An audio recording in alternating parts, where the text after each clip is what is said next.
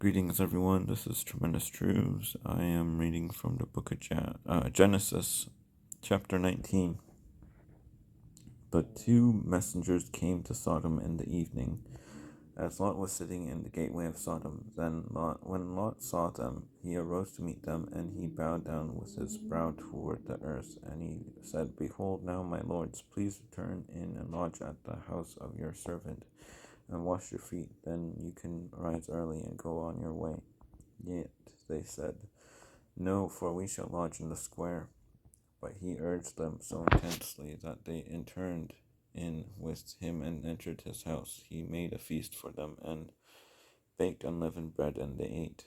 They had not yet lain down when the men of the city, men of Sodom, that they were, surrounded the house.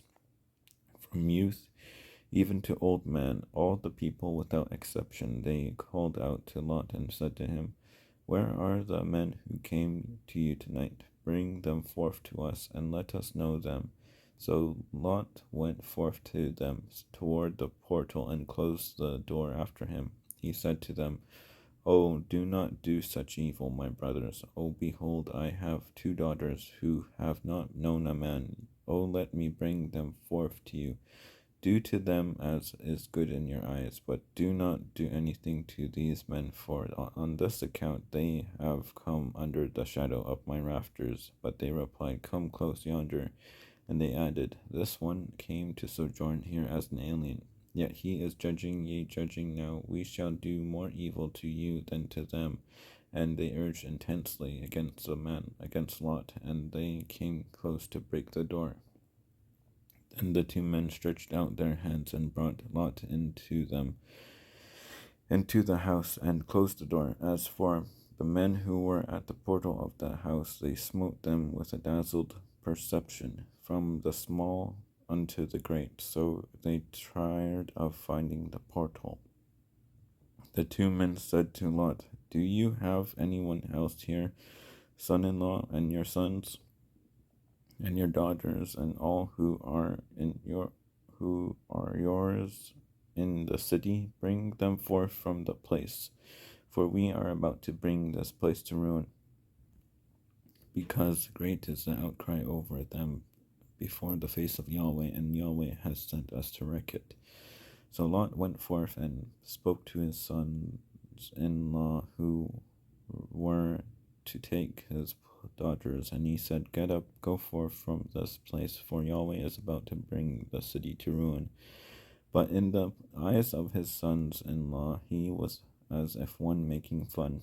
As dawn came up, the messengers rushed Lot on, saying, Get up, take your wife and your two daughters who are found here, and come out, lest you be swept off in the depravity of the city.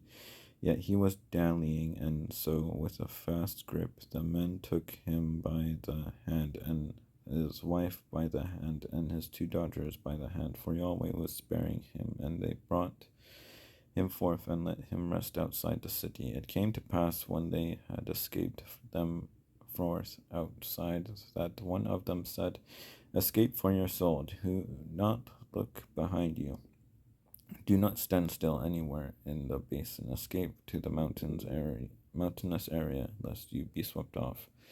Yet Lot said to them, Oh, certainly not, my lords. Oh, behold, your servant has found grace in your eyes, and you have magnified your kindness that you have shown me in preserving my soul alive. But I cannot escape to the mountainous area, lest evil cling to me and I die. Oh, behold, this city is near enough to flee there, and it is inferior. Oh, let me escape there. Is it not inferior? Let my soul live. He replied to him, Behold, I will lift up your face, even in this matter, by my not overturning the city that you speak of. Hasten, escape there, for I cannot do anything until you have come there. Therefore, one calls the name of the city Zoar. The sun, it came forth over the earth when Lot he came to Zoar. Then Yahweh he caused sulfur to rain on Sodom and on Gomorrah, and fire from Yahweh from the heavens. Thus he overturned these cities and the entire basin and all those dwelling in the cities and everything sprouting from the ground. Yet his wife looked back from behind him, and she became a monument of salt. Abraham rose early in the morning to go to the place where he had stood before the face of Yahweh. And he gazed down on the surface of Sodom and Gomorrah, and on the entire surface of the basin area. And behold, he saw that the fumes ascended from the land like the fumes of lime kiln. So it came to pass, when Elohim wrecked the cities of the basin, that Elohim was mindful of Abraham, and sent Lot off from the midst of the overturning, as he overturned the cities in which Lot had dwelt. Now Lot went up from Zoar, and dwelt in the hill country, and his 2 daughters were with him, for he was fearful to dwell in Zoar.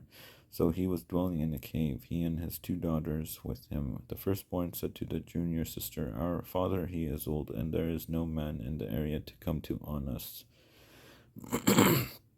according to the valley of all the earth. Do go, let us give our father wine to drink.